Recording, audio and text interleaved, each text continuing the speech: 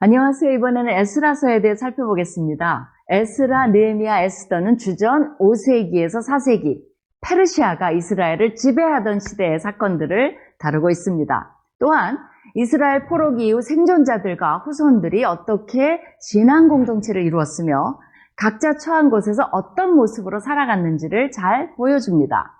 그들의 마음속에는 과연 여호와 하나님이 자신들을 기억하고 계신지, 과거 언약의 약속들이 과거에만 묻혀있는 것은 아닌지, 아니면 현재에도 유효한 것인지, 어떤 희망을 가지고 살아가야 하는지, 앞으로의 운명은 어떻게 되는 것인지 등에 대한 많은 질문이 있었습니다. 이 세 권의 책은 이러한 질문들에 대한 답을 제공해 줍니다. 역대기는 주전 538년 고레스 왕이 유다 예루살렘의 성전을 건축하라. 너희 중에 그의 백성된 자는 다 올라갈지어다 라고 하는 말로 마칩니다. 그리고 역대기의 끝부분이 에스라서의 도입부가 됩니다. 에스라서는 고레스 왕이 칙령을 발표하는 장면으로 시작합니다. 페르시아 왕을 통해 이스라엘 백성들을 약속의 땅으로 귀환시키시고 성전을 복구하게 하는 이 고레스 칙령은 신약적으로 아주 중요한 의미를 지닙니다. 이것은 오래전 예레미야를 통해서 말씀하신 70년의 포로 생활 마감에 대한 예언의 성취입니다. 또한 150여 년 전 이사야 선지자를 통해 말씀하신 예언의 성취이기도 합니다. 하나님께서 선택한 자기 백성들을 잊지 않으셨다는 증거이기도 합니다. 여전히 여호와는 자기 백성을 향한 관심이 있으며 그들을 돌보고 계심을 의미합니다. 예루살렘으로의 귀환은 제2의 출애굽을 의미하며 성전 건축에 대한 허락은 과거와 같이 여호와 하나님을 예배하는 영적 공동체의 새로운 출발을 의미하는 것입니다. 비록 솔로몬 시대처럼 화려한 성전은 아니나 여호와께서는 여전히 그들과 함께 하실 것입니다. 또한 고레스 칙령을 통해 오래전 계획하신 하나님의 뜻을 이루신 것은 하나님은 단순히 이스라엘에 국한된 분이 아니며 세상의 주관자들을 주관하시는 분이시자 역사의 주권자이심을 보여줍니다. 에스라서의 제목은 책의 주인공의 이름을 딴 것입니다. 에스라는 대제사장 아론의 후손이며 학사로 율법에 능통한 자입니다. 유대 전통은 에스라를 저자로 주목하지만 확실하지는 않습니다. 그가 활동한 시기는 페르시아 왕 아닥사스다 1세 때입니다. 에스라서는 성전 재건의 역사적 사건을 다루는 1장에서 6장, 또 에스라의 개혁을 다루는 7장에서 10장으로 크게 둘로 나뉘어집니다. 다윗의 후손인 스룹바벨을 리더로 귀환한 자들이 성전의 기초를 놓습니다. 그러나 주변 민족들의 방해로 작업이 중단됩니다. 그리고 18년이 지난 후 선지자 학개와 스가랴의 활동으로 성전 건축이 재개되며 주전 515년에 완공됩니다. 586년 바벨론의 느부갓네살 왕에 의해 솔로몬의 성전이 파괴된 때로부터 정확히 70년이 지난 후에 성전이 다시 완공된 것입니다. 많은 학자들은 이것을 70년 포로 생활의 상징적 마감으로 봅니다. 이 성전은 스룹바벨의 지휘하에 완공되었다고 해서 스룹바벨의 성전이라 부르기도 하고 제2성전으로 부르기도 합니다. 에스라의 개혁을 다루는 제2부는 에스라에 대해 잠깐 소개하는 부분만 빼고는 모두 1인칭으로 기록되어 있습니다. 즉 에스라서는 에스라가 직접 쓴 회고록입니다. 에스라가 백성들을 이끌고 귀환한 때가 주전 458년으로 성전이 완성된 지 57년 후입니다. 그는 학사이자 종교 지도자로서 율법을 가르치는 사명을 감당합니다. 하나님의 말씀이 토라가 여전히 이스라엘 백성들의 종교적, 사회적 지침임을 보여줍니다. 그들은 말씀에 따라 이방 민족들과의 통혼의 심각성을 깨닫습니다. 이들은 포로기 이전에 이스라엘의 백성들이 지었던 죄들을 반복합니다. 이방 여인들과의 통혼은 우상숭배와 배교로 달리는 지름길입니다. 백성들은 에스라엘의 지도에 따라 죄를 고백하고 그들과의 결혼 문제를 해결합니다. 그리고 이 문제에 연루되었던 자들의 명단을 제시함으로 에스라서는 끝이 납니다. 이것은 포로기 이후 귀환한 백성들의 문제가 다시 심각해지고 있음을 잘 보여주는 좋은 예입니다. 이제는 정신 차리고 하나님의 말씀에만 순종하며 살아야 하는데 그것이 잘 안 되고 있는 모습을 보여줍니다. 그러나 하나님께서는 학사 에스라를 통해 또 한 번의 기회를 주십니다. 에스라서는 하나님께서 언제까지 이런 일을 반복하셔야 하는지에 대해 우리에게 질문을 던지고 있습니다. 우리도 동일한 죄를 반복하며 살고 있지 않은지, 삶의 과감한 개혁이 필요한 것은 아닌지 점검해 보아야겠습니다. 예, 아주 좋은 말씀으로 마무리를 해주고 있어요. 이스라엘의 우리가 구약 성경을 보면서 계속 느끼는 바가 그거잖아요. 계속 답습, 반복, 그런 어리석음들이 이어지는 걸 보면서 결국은 멸망이라고 하는 처절한 하나님의 심판을 받았음에도 불구하고 다시 돌아온 백성들 속에서도 또다시 개혁할 요지들이 남아있다는 것, 그것이 참 가슴 아픈 일인데, 그저 구약을 가슴 아프게만 읽을 게 아니라 우리 역시도 하나님 앞에 가슴 아프게 반복된 어리석음들을 회개하고 좀 더 갱신된 신앙의 모습들을 가질 필요가 있어서 이 에스라서를 우리에게 보게 하시는 거라 여겨집니다. 에스라와 느헤미야는 예루살렘에 돌아온 남은 자, 여기 이 남은 자라고 하는 게 예루살렘에 남아서 살고 있었던 사람을 의미하는 것은 아니에요.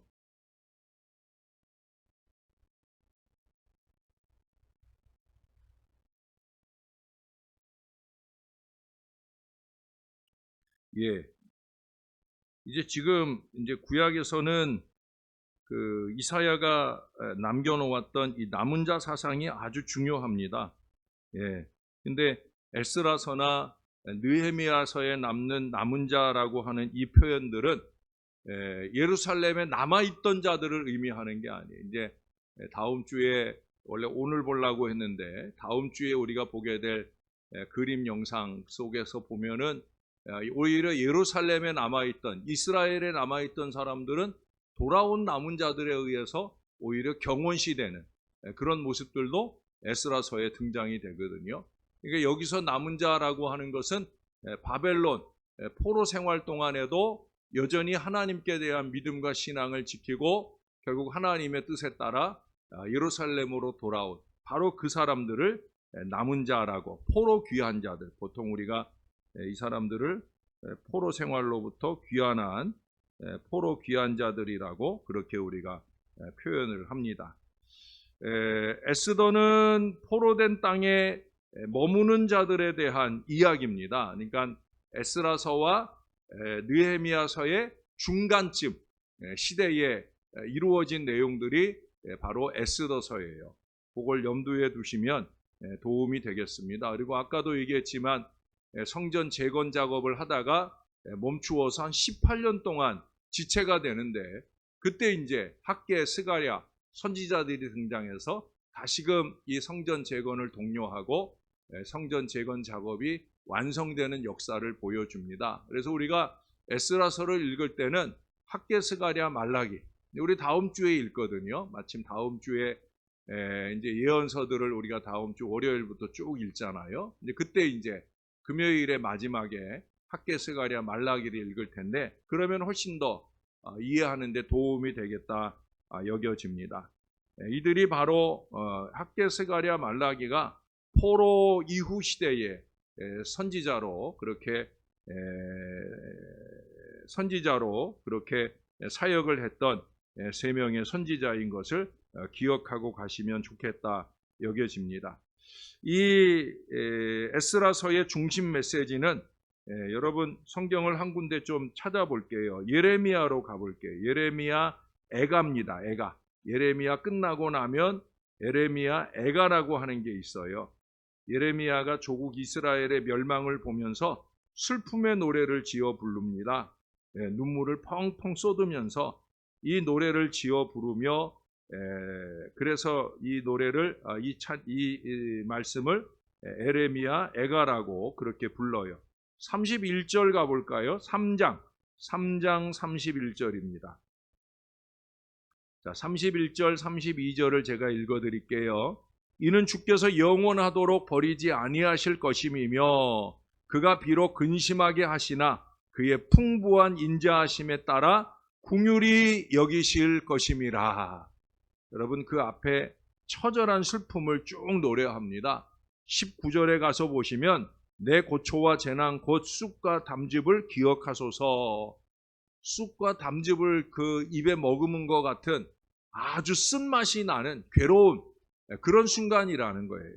그런데 그 뒤로 넘어가면서 21절에 이것을 내가 내 마음에 담아 두었더니 그것이 오히려 나의 소망이 되었다라고 고백을 해요.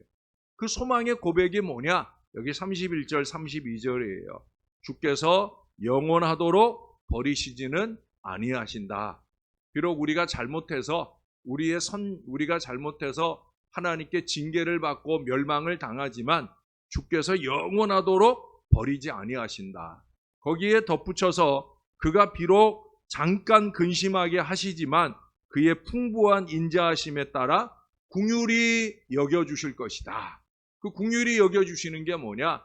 70년 뒤에 다시 귀환되는 은혜를 주실 것이다 라고 하는 바로 그 내용을 오늘 말씀하고 있는 거예요. 하나님께서는 반드시 잘못한 것에 대해서 심판하시고 징치하십니다마는 그러나 우리 하나님은 자비하신 하나님이라는 거예요. 거기 23절을 보세요. 이것들이 아침마다 새로우니 주의 성실하심이 크시도소이다. 25절에도 기다리는 자에게나 구하는 영혼들에게 여호와는 선하시도다. 이 말씀들이 계속 이어집니다. 이게 이제 예레미야가 바라보는 하나님이죠. 결국 회복의 은혜로 큰 긍휼을 베풀어 주실 그 하나님께 대한 예레미야의 확고부동한 신앙을 보여줍니다. 예레미야서의 구조는 두 가지로 나누어집니다. 수룹바벨을 중심으로 하는 1장부터 6장까지의 성전 재건하는 역사의 이야기와 또 에스라를 중심으로 해서 제2차 귀환이 이루어지는데 7장부터 10장까지 통해서 이제 종교개혁이 이루어지는 그런 내용들로 이어진다고 아까도 말씀 들으셨을 거예요.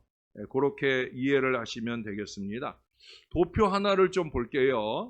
도표 하나 보이시나 모르겠는데 어떻든 눈을 크게 뜨시고 보이세요? 먼저 이제 오른쪽에 여러분들 기준으로 왼쪽이네요. 똑같네요. 왼쪽에 보면은 1장부터 6장까지 스룹바벨의 인도로 돌아온 얘기, 그리고 나중에 이제 에스라의 인도로 돌아온 얘기가 7장에서 10장. 그래서 거의 비슷하게 나와요. 앞부분에는 고레스 왕의 칙령, 바사의 고레스 왕의 공포를 통해서 이제 포로의 생활에서 돌아오게 되는 얘기. 2차 기한도 역시 아닥사스다 왕의 공포를 통해 이스라엘이 돌아오게 되는 얘기. 그 다음에 이제 인도자 수룹바벨, 인도자들에 대한 얘기는 다음번에 좀 더 자세하게 보도록 하겠습니다. 다음 주간에는 다음 주에는 수요 예배가 있는 거죠? 예. 그 다음 주에 맞나? 제가 헷갈리네요. 예. 어떻든 인도자 다음 주에는 우리가 성경 읽기 하는구나. 그래서 수요 예배가 2번 없어요. 2번. 다음 주에도 없고 그 다음 주에는 명절 연휴 기간이라 수요일 저녁에 안 모일 거고요. 그 다음번에나 이제 우리가 배우게 될 텐데 그때 이제 수룹바벨과 에스라에 대해서 좀 더 뭐 많이 자세히는 아니지만 언급이 되겠습니다. 그리고 이제 남은 자의 이름 숫자가 여기 남은 자라고 하는 거나 그 옆에 오른쪽에 돌아온 자들의 이름과 수 뭐 같은 표현이라 생각을 하시면 되겠다라고 아까 말씀을 드렸어요. 그 다음에 이제 기명과 예물, 이게 이제 앞부분에서는 어떻든 성전 재건을 위한 그런 헌신이라고 말할 수가 있겠죠. 이제 오른쪽에는 그 재건된 성전에서 쓰여질 기명과 예물들이 거기에 쭉 적혀 있습니다. 귀환의 목표 자체가 수룹바벨의 경우에는 귀환의 목표가 뭐예요? 성전을 재건하는 데 목표가 있잖아요. 그래서 이제 이런 기명과 예물들이 필요한 거고요. 또 역시 마찬가지로 에스라의 귀환의 목적은 신앙의 재건. 그래서 더더욱더 이런 부분들이 예배에 관계된 이런 기명과 예물들이 필요하다고 보여집니다. 그리고 이제 예루살렘에 온 이야기들이 양쪽에 똑같이 펼쳐지고요. 그리고 이제 이 앞부분에서 특이한 사항은 바로 선지자 학개와 스가랴가 등장을 한다는 거예요. 그래서 5장 부분부터 6장까지 성전 재건이 다시 재개되어지는 그런 일들에 학개와 스가랴가 귀하게 쓰임 받고 그 동력으로 그 성전의 재건이 완성되어지는 얘기가 나오고요. 에스라서의 경우에는 에스라 자신이, 여러분 에스라가 나중에 느헤미야서에서도 8장에 등장을 하잖아요. 그래서 아까도 설명했지만 학사요 제사장으로서 거룩한 사역들, 특별히 중보적인 사역들을 잘 감당하는 그런 선지자요 그리고 지도자로 그렇게 나타나고 있다는 거예요. 중요한 점, 이미 여러 번 반복이 됩니다. 중요한 점은 1장부터 6장에서는 제일 중요한 게 성전 재건이다 하는 거하고, 그 다음에 7장에서 10장까지는 종교개혁, 특별히 이방 여인들과 통혼한 그 관계를, 이건 항상 숙제예요. 여기서도 또 한 번 해결을 했는데, 여기서 해결하기 전에 사실은 느헤미야가 또 느헤미야서에서도 마지막 후반부에 이제 다음 주의 영상에서도 확인해 보겠지만 그런 분리 작업을 하거든요. 그래서 이방 여인들과 통혼한 경우에 그 여인들을 내보내고 그 자식들도 내보내고, 어떻게 보면 인간적으로는 가슴 아픈 일인데 그 모든 일들을 종교개혁의 일환으로 행하는 안타까운 얘기들이 그 뒤에 이어져 나오는 것을 볼 수가 있습니다. 이렇게 선택된 자들은 바벨론 포로 후에 고국에 돌아오는 것은 유다의 역사에 있어서 아주 중요한 일입니다. 고레스의 칙령을 말하고 지금 바벨론에 대한 바벨론 포로로부터 70년 만에 귀환을 말하지만, 사실은 그 훨씬 이전에 그 역사적인 기간으로 보면 200여 년 전에 이미 이사야에 의해서 예언된 내용이에요. 이사야를 통해서 이미 예언된 내용. 여러분 이사야서를 한 군데만 한번 볼게요. 44장으로 가볼까요? 우리 기왕에 예레미야서까지 왔으니까 그 앞쪽에 이사야 44장입니다. 44장 28절을 한번 볼게요.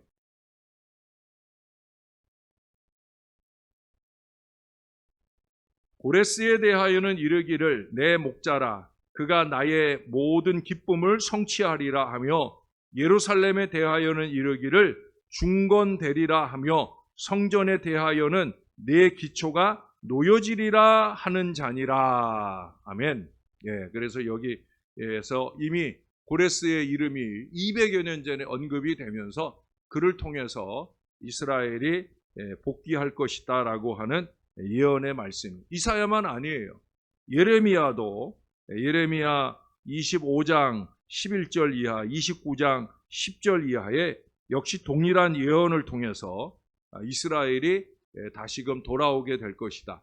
결국 하나님께서 말씀하신 그 약속의 말씀대로 이스라엘은 하나님의 섭리를 따라 예루살렘으로 귀환하는 이 큰 은혜를 입고 돌아오게 되어진다라고 하는 사실입니다. 여러분, 우리 다시 에스라서, 그래도 에스라를 공부하는데 에스라서를 한 번 정도는 좀 보고 가야 되지 싶어요. 에스라 2장을 한번 볼까요? 2장. 제가 최근에 이 역사서 설교, 다시 보기 설교를, 역사서를 다 마무리했다고 그랬잖아요. 지금 하나님이 감동하셔서 다시 앞부분에서 빠진 부분들을 좀 챙겨서 원고들을 더 첨부하고 있는데, 그 중에 이 최근에 이제 이 에스라서 설교 준비를 하는 중에 제가 설교 제목으로 등과 함께라고 하는 제목을 적어봤어요. 등과 함께.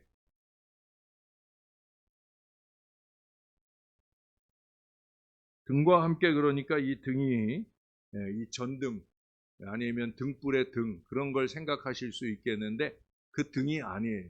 누구누구 등과 함께. 여러분 그 2장 2절을 한번 보세요. 중간 부분에 보면 비그에와 르홈과 바하나 등과 함께 나온 이스라엘 백성의 명수가 이러하니, 등과 함께. 우리가 두 가지, 등과 함께 있어서 두 가지가 있겠죠. 앞부분에 거명되는 영적 지도자들, 그들을 이끌고 나오는 영적 지도자들, 앞장서 나아가는 사람들. 우리는 가능하면 그런 사람들이 되어야 됩니다. 뭐 그렇다고 해서 교회의 중직자가 되라는 의미가 아니에요. 어떤 일을 하는 데 있어서 언제나 선봉에 서려고, 앞장서려고, 그저 어떻게 하든지 뒤에 서 있다가 뒷공문이 빼는 그런 사람 말고 가장 많이 수고하는 사람, 열심 내는 사람, 최선을 다하는 사람, 그래서 앞에 이름이, 실명이 드러나는 이름, 그런 사람이 될 수 있어야 된다는 거예요. 그러나 꼭 그런 사람만 중요한 사람이냐? 아니에요. 등과 함께 누구 우리 목사님이 앞장서시니까, 아무개 장로님이 앞장서시니까, 아무개 권사님이 앞장서시니까 그분들과 함께, 등과 함께 그래도 우리의 작은 힘이라도 보태고 싶은 그런 마음, 그런 마음을 가진 동역자들이 될 수 있어야 된다는 거예요. 우리가 오늘 이제 예배를 좀 빨리 마치고 6층으로 올라가려고 하는 이유도 결국 등과 함께 하러 가는 거예요. 오늘 하루 종일 앞장서 수고하신 분들 등과 함께 우리들도 팥뿌리 깔아 올라갈 거예요. 할렐루야. 등과 함께. 그렇게라도 나를 써주심을 감사하면서 쓰임받는 자리에서 늘 최선을 다하는 하나님의 일꾼들이 다 되시기를 주님의 이름으로 축원합니다. 우리 다 같이 한번 기도하겠습니다. 이 시간 기도하실 때 하나님 등과 함께 우리도 늘 그렇게 남아있는 자들 속에 들어가는 신앙의 사람 되게 해달라고, 쓸모없는 사람이 아니라 꼭 필요한 사람, 어떤 모양으로든 하나님 앞에 아름답게 쓰임받는 하나님의 사람 되게 해달라고 우리 간절한 마음으로 우리 하나님 앞에 기도하겠습니다. 좋으신 아버지 하나님, 하나님의 은혜를 감사합니다. 오늘도 우리가 주의 존전에 모여와 예배하며 비록 짧은 시간 주의 말씀을 듣지만 우리가 어떤 믿음으로 살아가야 할까, 끊임없이 우리 스스로를 점검하는 신앙을 살아야 될 것이고, 할 수 있으면 누군가에게라도 조금이라도 도움되는 인생을, 무엇보다 주님의 몸된 제단에 또한 하나님의 놀라운 일들을 이루어가는 그 주님의 나라에 쓰임받는 하나님의 사람들 되게 하여 주시옵소서. 앞장서 나가든지 아니면 뒤따라가든지 항상 자기의 자리를 지켜내며 열심 다하여 주의 뜻을 이루어가는 우리 하나님의 일꾼들이 다 될 수 있게 우리를 그렇게 사용하여 주시옵소서. 우리가 주님의 은혜 안에 쓰임받기를 소원합니다. 주님 감사합니다. 우리 하나님 고맙습니다. 오늘도 우리가 우중에도 불구하고 예배하러 주 앞에 왔다 갑니다. 하나님 앞에 말씀 받으며 이 말씀 속에서 우리가 어떤 믿음으로 살아야 할까? 하나님은 우리의 죄로 인해 우리가 멸망받을 수 없을 때라도 다시 참아주시고 우리를 다시 불러 구원하시는 긍휼의 아버지 되심을 너무 감사합니다. 그렇다고 해서 우리 하나님이 또 용서하실 것이라 생각하고 항상 어리석음과 게으름과 나태와 불신앙의 모습들을 살아가지 않도록, 거짓과 술수로 살아가지 않도록 하나님, 우리가 하나님 보시기 좋은 진실한 믿음으로 주의 영광을 나타내게 인도하여 주옵소서. 우리가 마지막 들은 말씀처럼 등과 함께 할 수만 있으면 우리가 앞서 거명되어지는 이름의 사람이 되든지, 혹여 그렇지 못할지라도 이름 없이 빛도 없이 함께 동역하며 주님의 영광 나라 실현하는 하나님의 일꾼들 다 되게 은혜 베풀어 주옵소서. 우리가 주의 손안에서 잘 쓰임받으며 근본 바자회 은혜롭게 능력있게 축복되게 결실하게 하실 줄로 믿습니다. 우리 하나님 모든 영광 홀로 받아 주옵소서. 감사합니다. 예수님 이름으로 기도합니다. 아멘.